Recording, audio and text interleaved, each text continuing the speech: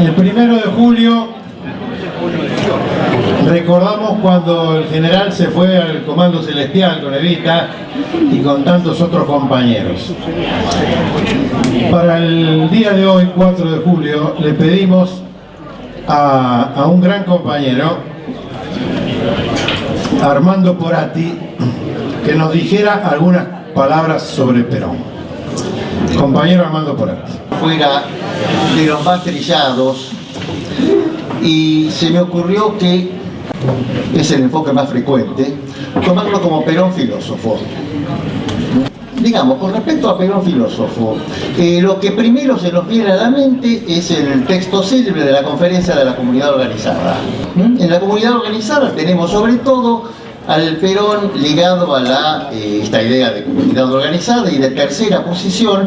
Una primera observación es que esta cuestión de la tercera posición, lejos de ser un alineamiento táctico en el momento de la Segunda Guerra, como usualmente se dice, entre el liberalismo capitalista y el comunismo, en realidad es una antropología, una profunda comprensión del hombre de bases metafísicas. Y si bien quizá ese texto no es el que mejor lo expresa, no es el texto más satisfactorio, tenemos la idea de organización y el papel del Estado. Ahí el Estado aparece en la función negativa que cumplen de los extremos del capitalismo liberal y del comunismo, ¿no? En un caso uno entendido como un individualismo destructivo y el otro como una insectificación, una absorción del individuo en el Estado. Como sabemos, el Estado en la concepción peronista es un dispositivo más entre el gobierno, la conducción y la ejecución. Ahora bien, el eje que quería tomar es este concepto de organización absolutamente ligado al de conducción, como dos conceptos completamente paralelos, interdependientes. En general, la noción de conducción está pensada de arriba para abajo. Es una noción en la cual el conductor, el jefe político militar, organiza por debajo de él a una masa o un pueblo, en todo caso, desde una posición privilegiada en la cual baja las directivas, baja las líneas, baja las concepciones políticas y filosóficas. Esto puede pensarse de varias maneras. Es decir, no puede existir una entidad política, un pueblo, una entidad histórica sin algún tipo de organización. La desorganización es justamente lo que se busca en todo intento de destruir un país o un pueblo. Ahora bien, esta organización puede ser artificial. Se la organiza de arriba para abajo mediante alguna forma de autoritarismo. En el caso de la concepción peronista, la organización, la conducción, depende de la organización en la cual, muy lejos, el conductor de ser el que imparte hacia abajo las directivas, supone una interpretación, una lectura de la vida misma de ese pueblo a conducir, a partir de la cual recién puede hacerse ese trabajo de organización que implica en primerísimo lugar que cada uno de los conducidos debe conducirse a sí mismo. Es decir, es una idea del poder profundísimamente democrática. Quizás creo la única concepción del poder realmente democrática que se haya expresado. Fíjense que contemporáneamente teníamos las concepciones fascistas, obviamente totalitarias, en donde el Estado es el protagonista principal y de ahí hacia abajo se conduce la organización en forma totalmente autoritaria o totalitaria, y también la noción de vanguardia.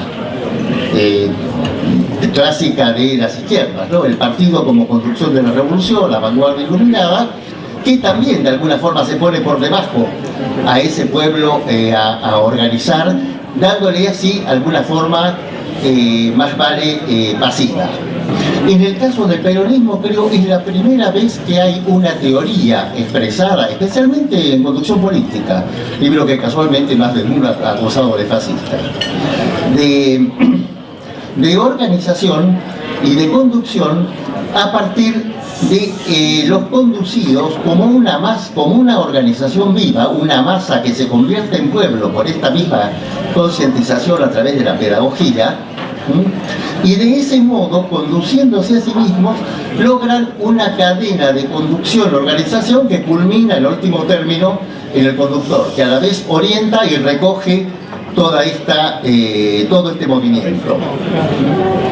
Esto creo que ha sido una experiencia que hemos tenido más de una vez en los mejores momentos de la vida política y sindical peronista, lo cual de paso puede hacernos reflexionar sobre la índole del sindicalismo peronista, más de una vez acusado de tener también un corte de tipo fascista, en donde, como sabemos, el sindicalismo fascista o falangista, etcétera, dependió siempre totalmente de su organización desde el Estado.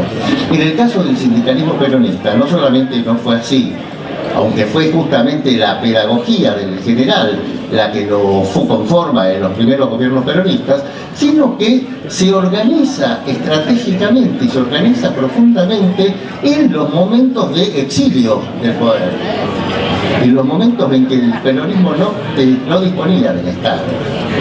Es decir, en primer lugar quería recordar esta idea, creo que es absolutamente revolucionaria, de un poder profundamente democrático y hecho en la interacción viva de la conducción organizadora y de los organizados que se autoconducen.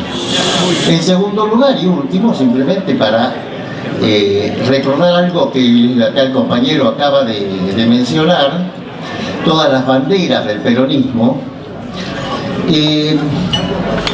especialmente en toda su carrera como pensador y como conductor político, de lo cual es imprescindible. Pero Perón tuvo una verdadera filosofía de la historia de largo alcance, y especialmente en su último tiempo, en sus últimos discursos, en sus últimos escritos, la desarrolló más extensamente.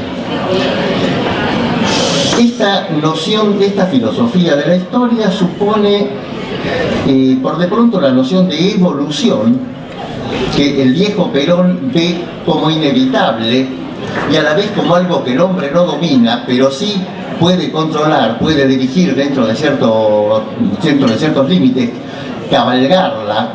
El hombre dice que es como un angelito que cree que dirige la historia, pero en realidad es llevado por una evolución.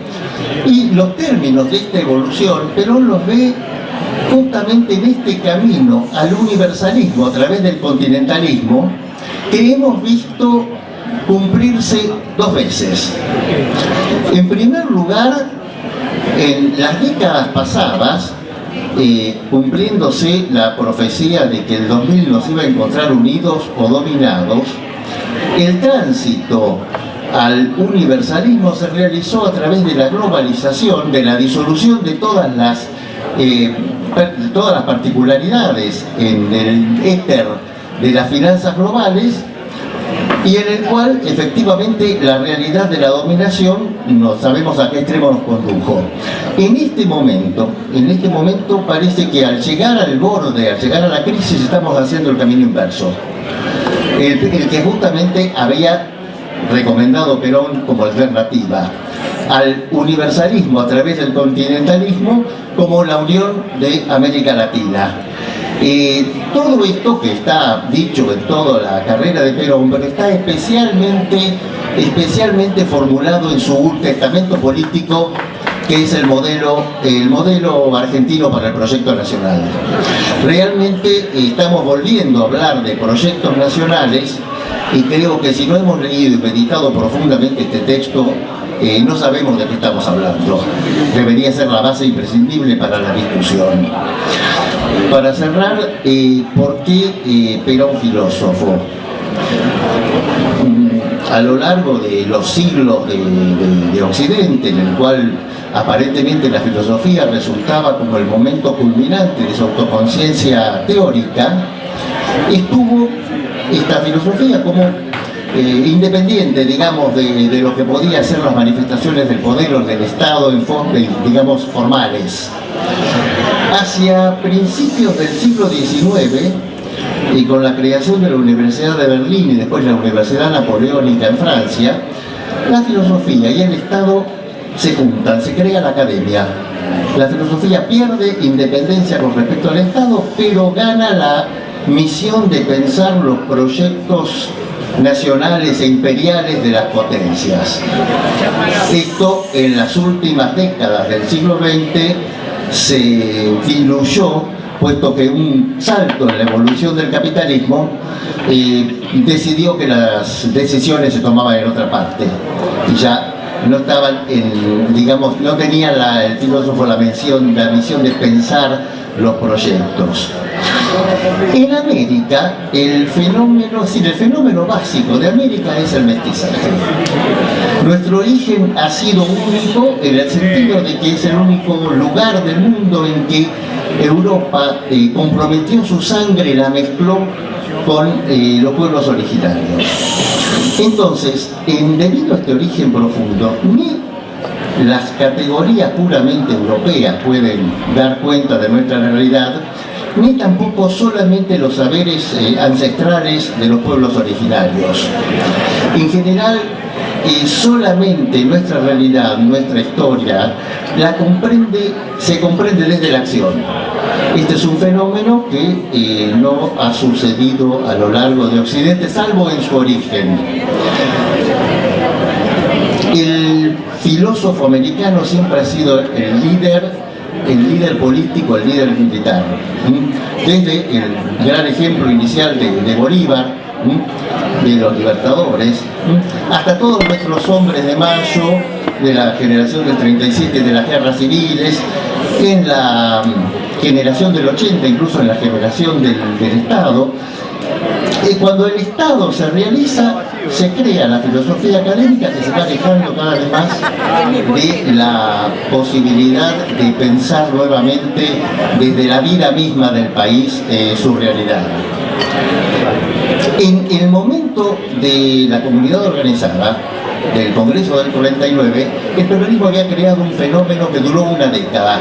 Nuevamente una generación de filósofos con Carlos Atrada a la cabeza, profundamente comprometidos con el proceso político. La conferencia de Perón fue sobre todo un gesto que legalizaba al pensamiento como base del proyecto nacional y que tuvo una larga repercusión luego como tal gesto de legitimación en la labor teórica de las décadas siguientes, incluso de la década del 70 y en adelante. Nuevamente creo la vuelta a los textos y al pensamiento de Perón se vuelve un imperativo para poder retomar, y sobre todo este gesto, esta actitud con respecto a la dimensión teórica de la tarea de pensar un proyecto nacional, se vuelve nuevamente imprescindible. Nada más, gracias.